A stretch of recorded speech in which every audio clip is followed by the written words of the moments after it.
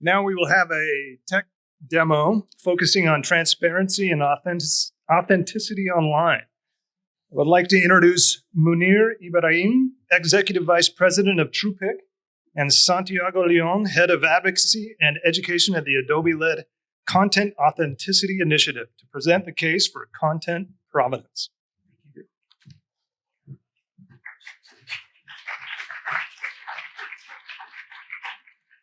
All right. Pleasure to be here. So my name is Santiago Lyon. Once upon a time, I was an award-winning war photographer, and I spent 10 years documenting war and conflict around the world for the Associated Press, photographing 8 wars on 4 continents and risking life and limb to bring truthful information to media organizations all around the world. After that, I ran the global photo department of the Associated Press for almost 15 years, overseeing hundreds of photographers who were doing what I had done in years prior. And now I head up advocacy and education for the Content Authenticity Initiative, which is a large community of almost 2,000 companies and individuals around the world seeking to create and implement an open standard for digital content provenance. Hello, my name is Mounir Ibrahim, and I'm with Truepic, a technology company that specializes in digital transparency and authenticity.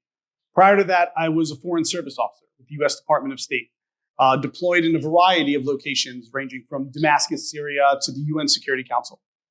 It was my time as a U.S. diplomat that I saw the critical need for digital content provenance, transparency, and authenticity in everything we see and hear online.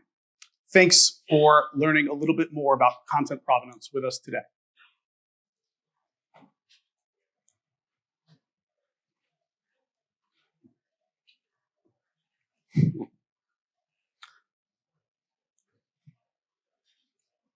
All right, so let's look at the landscape around transparency and authenticity.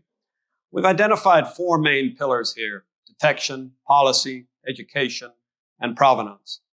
Detection software, while surely useful on an ad hoc basis, has a couple of major problems. It's not scalable, it's not particularly accurate, and it's invariably an interminable arms race with bad actors trying to stay one step ahead of the latest detection software. It involves uploading files to programs that look for telltale signs of manipulation. We've decided not to focus on detection for those reasons. When we talk about policy, we talk about briefing lawmakers and policymakers around the world so that they're well informed as to the status quo with technology, what's coming, etc. And Adobe, along with a number of other major technology companies, recently signed up to a White House pledge on artificial intelligence, guaranteeing transparency, security, all of those kinds of things. When we talk about education, we're really talking about media literacy. Media literacy is a very irregular landscape around the world. In some countries, it's highly developed. Very young children learn best practices for navigating this confusing media landscape we live in. And in other countries, it barely gets a mention. But we think media literacy is fundamental to the area of transparency and authenticity. But what we're really focused on today is this notion of provenance. And so what do we mean in this context?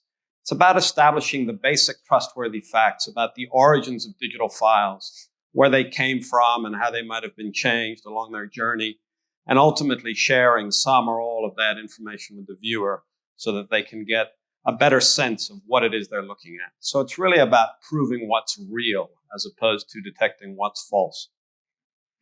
Does it matter? Do we need transparency and authenticity in the content we view online? And I would argue, yes, it does matter. Think about the personal decisions we make every day. Who you date, who you hire, what you rent, what you buy, who you vote for, what you believe. The things we hear and watch and see online influence those decisions. Think about businesses and private industry. Entire verticals, from insurance to banking to auditing to monitoring and evaluation, and many others, are highly reliant on images and videos to actually run and perform operations. Let's go a step deeper. I mentioned I was a foreign service officer. I sat on the ground in Damascus, Syria, and I saw brave Syrians risk their lives to document atrocities and oppression on the ground throughout Syria. Years later, I sat in the UN Security Council and I saw those same style images and videos of atrocities, of attacks, of chemical weapons use enter into the highest level of national and multilateral decision-making. I also saw bad actors, critics, countries that wanted to undermine the authenticity of those images simply claim they're all fake. That is a term coined today known as the liar's dividend, and it's highly effective. Without transparency and authenticity in the content we consume, even multilateral and national governments are going to have an issue. More recently, of course, we've seen the rise of generative AI, text-to-image generators. With a few clicks of the keyboard, you can create a hyper-realistic image that's indistinguishable from a quote-unquote real image. When this image of the Pope wearing the puffy coat came out, I'm supposed to be an expert in this. I fell for it. It was plausible in my mind. And of course, I was wrong. And if I can be fooled, well, imagine everybody can be fooled. So we've spent a little bit of time talking about the problems here. Let's talk about some solutions. We think that content provenance is really, really important, and it's scalable, and it ensures secure transparency at scale. The work that we're doing is based on a technical standard created by an organization that Adobe founded together with Microsoft and Intel and a host of other large technology companies called the C2PA. The C2PA is the Coalition for Content Provenance and Authenticity. It sits within the Linux Foundation as what's called the Joint Development Foundation project. And its goal is to create a robust global standard which can be used to create open source tools to implement secure provenance in the digital world. The Content Authenticity Initiative is a group of almost 2,000 companies building open source tools that are being implemented in consumer-facing products as we speak. So how does it work? We've divided the work up into 4 main areas, starting with capture. Here, we're working with hardware manufacturers, both cameras and smartphones, to integrate this technology into those devices at production. Meaning in the not too distant future, when you go to buy a hardware device, it'll likely come out of the box with this technology installed, and you as the user can choose to turn it on or off, depending on what the default setting is. What it does is it secures the existent metadata that most devices currently generate, things like XMP, EXIF, that give you a lot of very valuable information about how and where a file was generated. Next, we move on to edit. Here, we're integrating this technology into editing software across the board, not just Adobe products, because this is an open source initiative. So it's going into all sorts of editing tools. And here, any changes that you make to a digital file, you darken it, you lighten it, you tone it, you do what you will to it. Each of those changes gets captured as an action, and attached to the file is another secure layer of metadata. So what you're doing then is creating the sort of digital chain of custody about where the file came from and what might have happened to it.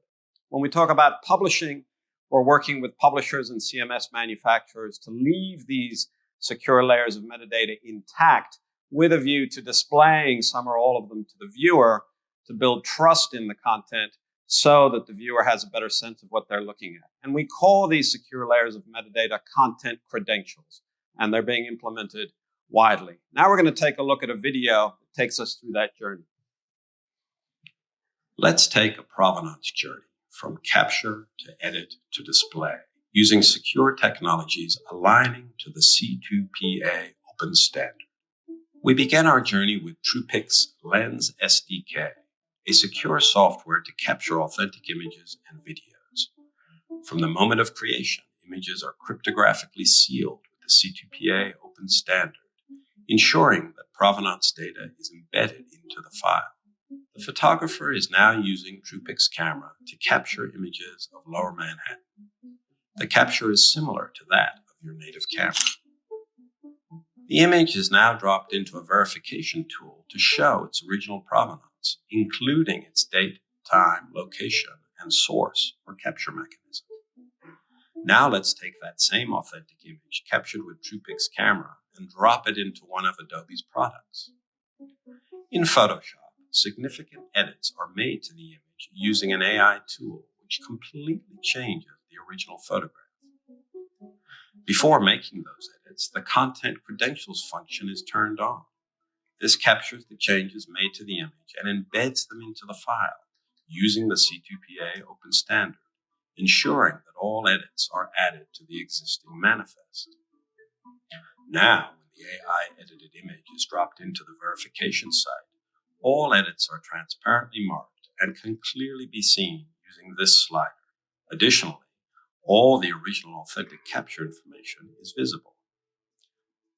All this work is based on the C2PA open standard and is being driven by the Adobe-led Content Authenticity Initiative, working with partners like Truepic to develop and implement a global standard for digital content provenance. Consider joining us. So the video you just saw, and as you just heard, is made possible because of this open standard. There's several tenets that make this open standard unique, and I'm going to quickly run through the biggest ones. One, interoperability. As you just saw, an image from Truepic's camera seamlessly went into Adobe's Creative Cloud with all the provenance data read and added to through a chain of custody. Second, because the provenance data is backed by cryptographic hashing, it is now tamper evident, so that edits and changes or manipulations to it will be known to the content consumer. This also works in multiple formats. As we all know, digital content is not just a video or an image. There's audio, there's text-based, there's a variety of other things. It is an opt-in open standard and is architected as such, which is incredibly important. And there's a variety of other tenets that really make this open standard possible to scale. What can all of you do? Get involved. Join the C2PA, join the CAI. These are open forums by which we welcome additional voices, participation to make this as powerful and open as possible. Ask questions, learn about provenance, pilot the technology through a variety of different ways. As you heard, between the CAI and the C2PA, there's over 1,800 different organizations, from technology companies to NGOs and a variety of others, that are all engaged in this. We hope you can join us. Thank you.